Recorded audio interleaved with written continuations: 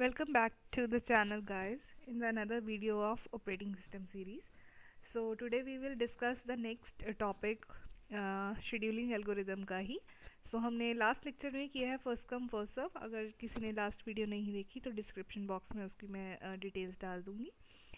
Now again we will discuss कि CPU algorithms के क्या काम है. एक्चुअली जो सीपीयू एल्गोरिदम्स हैं वो डिसाइड करने में हेल्प करते हैं कि रेडी क्यू में से कौन सी प्रोसेस को सीपीयू एलोकेट होएगा, right.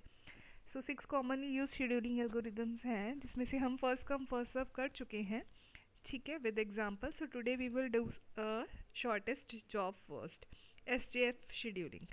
So what is SJF scheduling? Associate with each process the length of its next CPU burst. Use these lengths to schedule the process with the shortest time. ठीक है, तो STF is optimal. क्यों है? Gives minimum average waiting time for a given set of processes, but the difficulty in is knowing the length of the next CPU request. So इस चीज़ को हम एक example की हेल्प से समझेंगे. सो जैसे हमने लास्ट लेक्चर में भी किया था, अगेन इसमें क्या होता है, दो तरह के मोड होते हैं शॉर्टेस्ट जॉब फर्स्ट में. एक होता है नॉन प्रियम्पशन, एक होता है preemption. Non preemption means in any case जो आपका सीपीयू है वो किसी और प्रोसेस को नहीं दिया जाएगा, ठीक है. वो वहीं पे स्टे करेगा जब तक आपकी एक प्रोसेस फिनिश नहीं कर देती है काम करना, एग्जीक्यूशन उसकी कंप्लीट नहीं हो जाती है, sorry. So again in our example we have 4 processes, P1, P2, P3 and P4. Again उनका जो है बर्स्ट टाइम वो गिवन है. P1 का 6 है, P2 का 8 है, P3 का 7 है एंड P4 का 3 है. सो इसके according we will draw the Gantt chart. So आप मुझे साथ साथ बता भी सकते हैं इन कमेंट बॉक्स, इन सब में से सबका सबसे शॉर्टेस्ट बर्स्ट टाइम किसका है? P1, P2, P3 and P4. सबसे शॉर्टेस्ट इज फॉर P4, ठीक है ना. उसका कितना है? 3 है. 3 इज द स्मॉलेस्ट फ्रॉम ये चारों में से. सो सबसे पहले CPU जो है किसको एलोकेट होगा? P4 को होगा, अप टू 3 यूनिट्स, क्योंकि उसका बर्स्ट टाइम कितना है हमारे पास गिवन? 3. आफ्टर दैट ये प्रोसेस हमारी कंप्लीट हो गई. उसके बाद हमारे पास प्रोसेसेस कौन सी पड़ी हैं? P1, P2 and P3. अब इन तीनों प्रोसेसेस में से सबसे शॉर्टेस्ट किसका बर्स्ट टाइम है? P1 का, राइट. क्यों? क्योंकि 6 और 8 और 7 में से सबसे कम किसका रहेगा हमारे पास? P1 का. सो 3 पे हम ऑलरेडी थे. Now we will come to P1 और उसका बर्स्ट टाइम कितना है? 6. सो 3 + 6 भी यहाँ पे कितना आ गया? 9, ठीक है. अब P4 भी हमारे पास हो चुकी है, P1 भी हो चुकी है. नाउ P2 एंड P3 में सबसे शॉर्टेस्ट किसका है?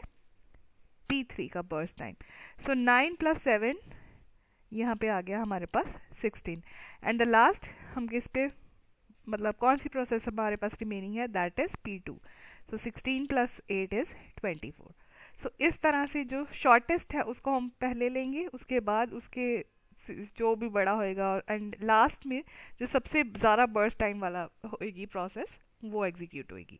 सो इस तरह से हमारा गैंट चार्ट बन गया. Now we will have to calculate the average waiting time. वो कैसे कैलकुलेट करेंगे? Waiting time for P4 is 0, P3 का कितना है, P1 का कितना है? 3, P3 का कितना है? 9 एंड P2 को कितना है? 16, ठीक है.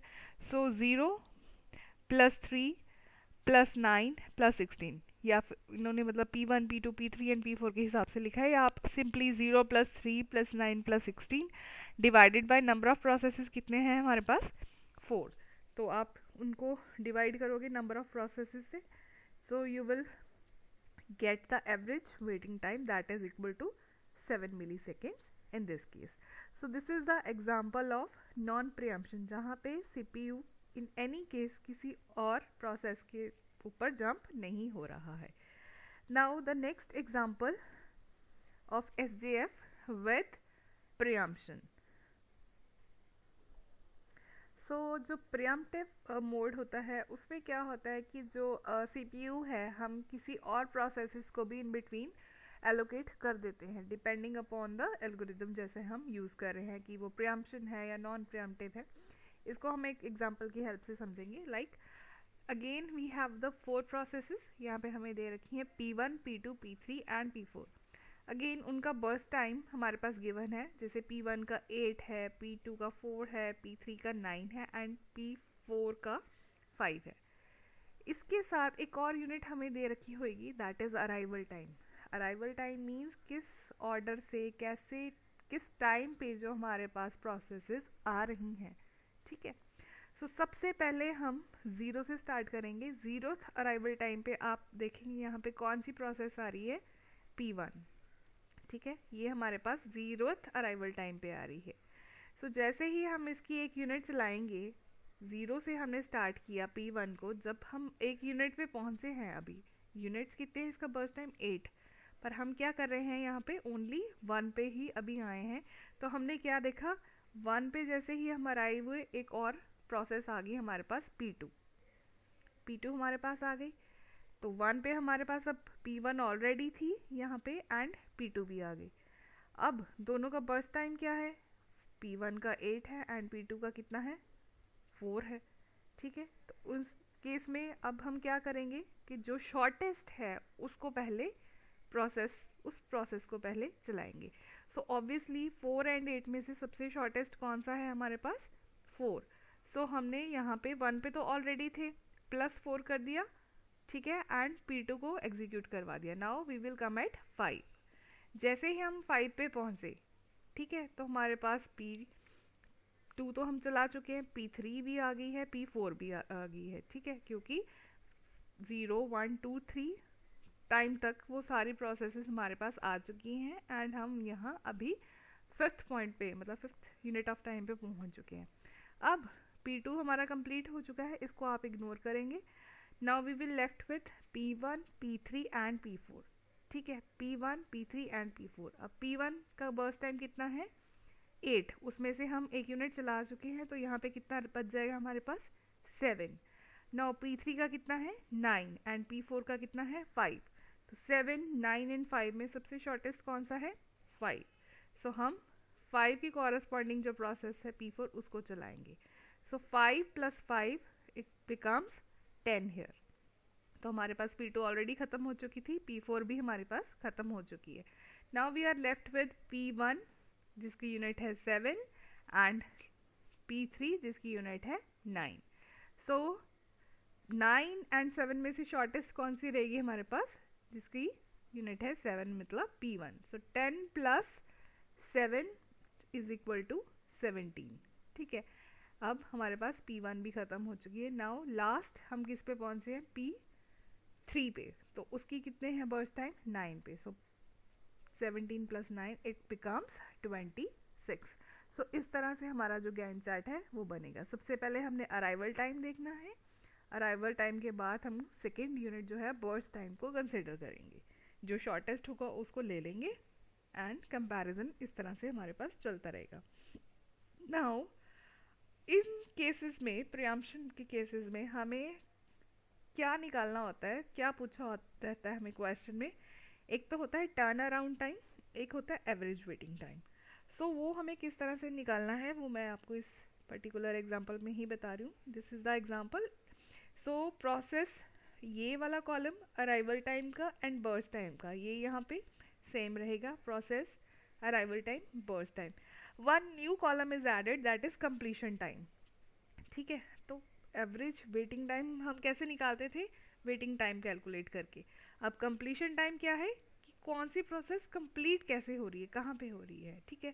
अब जैसे P1 है, P1 हमारे पास यहाँ पे एक यूनिट चली एंड लास्ट में हमारी P1 कहाँ पे कंप्लीट हुई जाके, इस 17 पे। So completion time for P1 becomes 17। Similarly, completion time for P2 becomes 5, right? Completion time for P3 becomes 26 here, and completion time for P4 is 10. So हमने सबके यहाँ completion time लिख लिए हैं। Now what is turn around time? Turn around time हम कैसे निकालेंगे, इसका फॉर्मूला मैंने लिख रखा है। Turn around time is equal to completion time minus arrival time, ठीक है। सो कंप्लीशन टाइम हमने ऑलरेडी निकाल लिया है यहाँ पे 17 P1 के लिए एंड उसका अराइवल टाइम कितना था 0. So 17 minus 0 it is equal to 17. So turnaround time for P1 is 17. Similarly, turnaround time for P2 is 4 and for P3 is 24 and P4 it's 7. So अगर हमें एवरेज निकालना है then we will add all these turnaround times divided by number of processes, which is 17 plus 4 plus 24 divided by 7 divided by 17 plus 4 plus 24 plus 7 divided by number of processes, that is equal to 4. So it becomes 13 milliseconds. Now what is waiting time? यहाँ पे अगर आपने waiting time calculate करना है, that is equal to turn around time of particular process minus burst time. मतलब waiting time कैसे निकलेगा? 17 minus 8, 4 minus 4, 24 minus 9 and 7 minus 5. So these are our waiting times of each and every process.